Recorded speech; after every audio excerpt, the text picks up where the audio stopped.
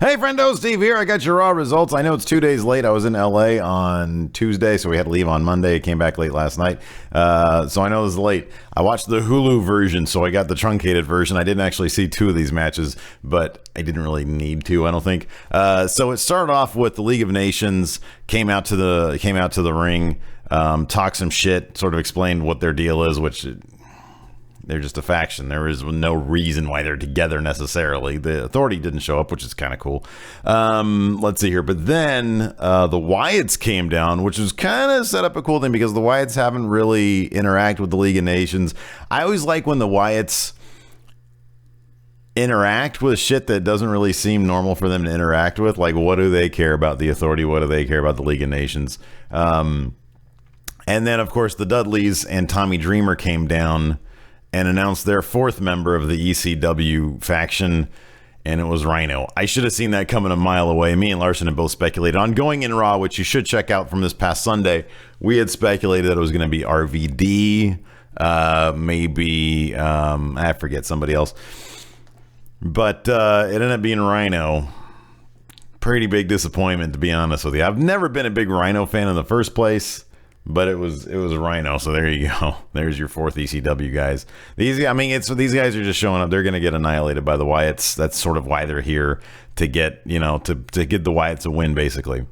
And then of course the Team Reigns comes out after that, which is Roman Reigns, Ambrose, and the Usos.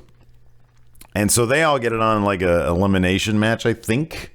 It was like a 16-man elimination match. It's kind of a Survivor Series thing. I didn't see why they just didn't do this kind of shit at Survivor Series. Probably would have made more sense.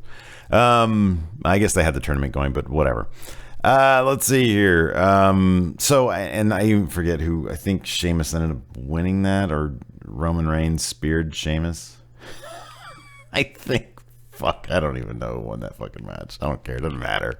There was zero consequence to that match, so it didn't really matter. I do remember at one point Michael Cole saying, Roman Reigns pinned the champion, Roman Reigns pinned the champion. Maybe he was talking about the elimination match. Maybe Roman Reigns beat Sheamus in that. I don't know. I don't care.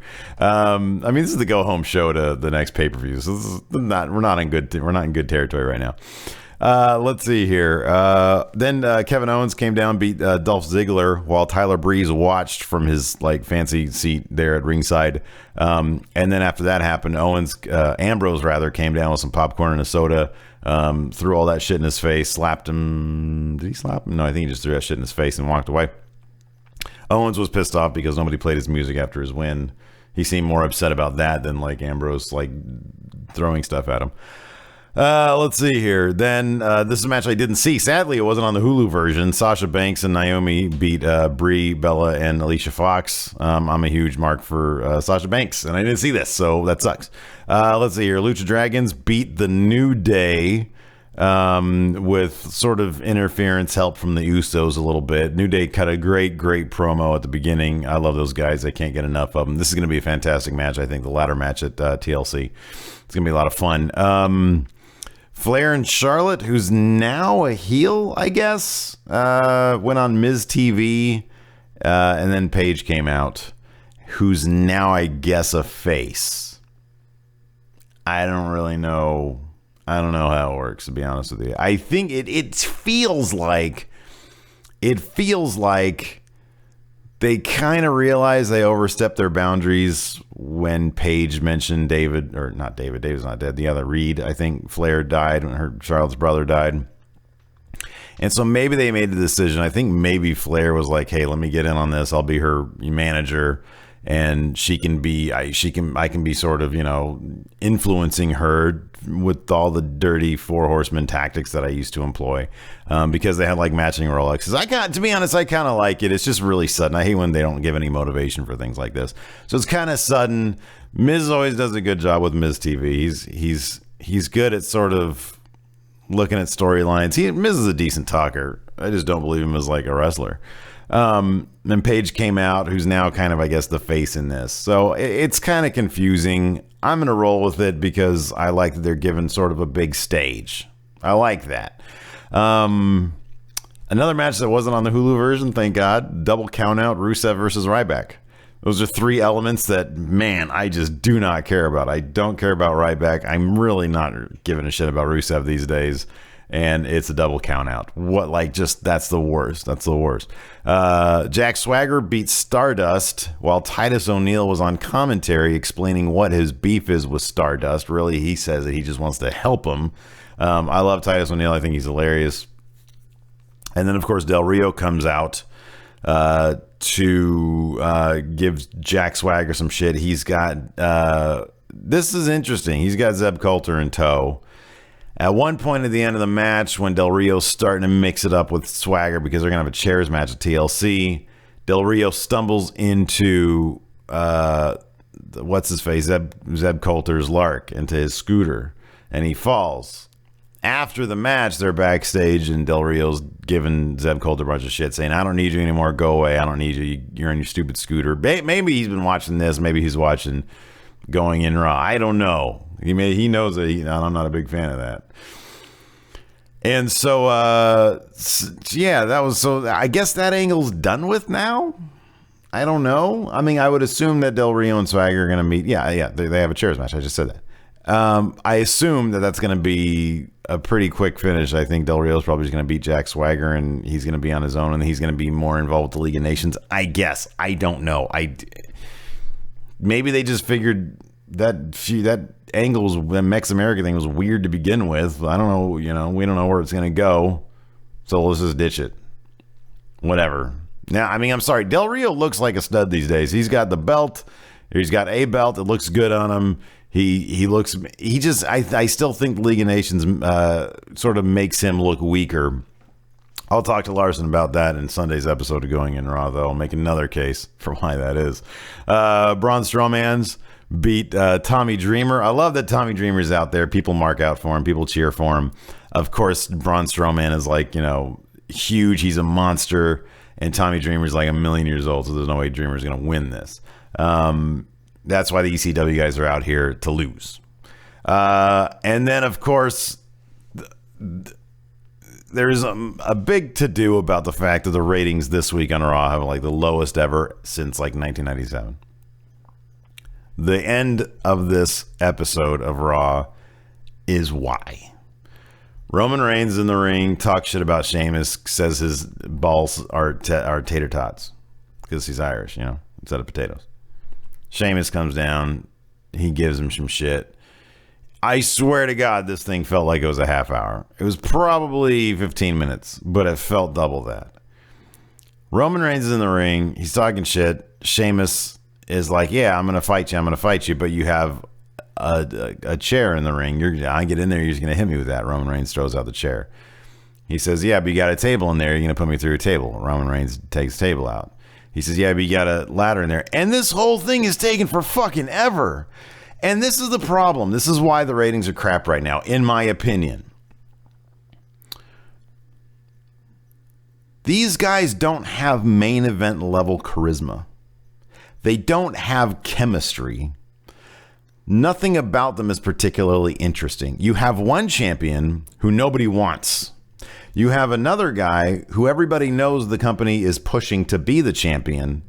And the fact that we know that they want to get him over so bad is why we don't care, because there's no tension. It's just a matter of time. So it's not interesting. And if you had two guys, let's say Rollins never got injured and everything sort of went exactly the same, but Rollins still has the belt. Rollins has charisma, and Rollins is amazing in the ring. So I'm going to be fine watching that, even though I know what the outcome's going to be. Sheamus, I'm sorry, I know some of you guys out there like Sheamus. He's just not interesting. And for those of you who say he's good in the ring, I don't really see it. I really don't. He does the same exact shit every single time. And I know 90% of wrestlers do the same shit, but a lot of the good ones mix it up and they know how to make it interesting and they have cool moves. He's fucking boring. Now, I'm not saying that he can't be interesting. I think he's probably a good guy. I'm not going to talk shit about the guy. I'm saying the character of Sheamus hasn't given me anything to care about. He's not interesting to me. I don't want to see him. Roman Reigns, I'm sure he's a great guy. He's my best friend. I had that picture of him. He's probably a good guy. He's probably got loads of natural charisma. At this point, though, as a character, he doesn't have anything interesting going on.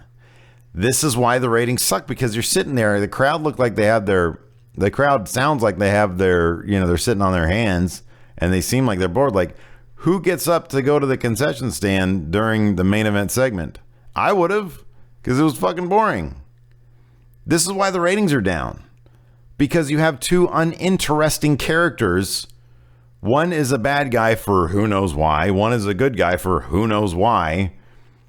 There's nothing at stake except for the title, which should be a huge deal. But even that, we all kind of know it's TLC. They're not going to change hands of the belt at TLC. It's not going to happen. It's going to be, what are we coming up on? The Rumble? Yeah, we're coming up on the Rumble. It's going to be at the Rumble. We all know that. That's a fact. That's a given. Now, maybe because the ratings are so shit, they're thinking maybe a title change will boost that up. We don't even know if they care. They have their TV deal. We don't know if they care. And if they don't, that's fine. I mean, if that's their business model, that's fine. But it doesn't make for interesting TV. And I have to sit there and watch it. I was watching that last segment. It's fucking boring. I'll watch next week. Not Mick Foley. I'm not going to say I'm not going to watch anymore. Anyways, that's my Raw recap. I know I went a little bit long. This Sunday on Going in Raw, we have our question and answers and our predictions for TLC. So be sure to tweet at us at Steven Larson or at MF Steve here at Joy of Bearding. And I think the hashtag, you can just put hashtag Going in Raw question. That's a really long hashtag. I think we set up a Reddit. You can post a question there. If you send me a question, if you put a question in the comments, I'll make sure of this video, I'll make sure it gets into the show. So anyways, that's Coming Out Raw. That's my Raw recap show. I don't know what I'm going to call it. So I need to come up with like a title screen and music and shit like that. But I don't know. It's just me. It's just me. So anyways, thanks guys, and I'll talk to you guys later. But I thought Brian Lee. Samoa Joe. But Brian Lee is passed. I don't know about. They're not bringing out anybody who's that obscure. Anybody who comes up. Prime time Brian Lee? I better make sure he's dead before I say that. Prime time. You read that. You said that exactly how it was back on the ECW commercials. Prime time Brian Lee.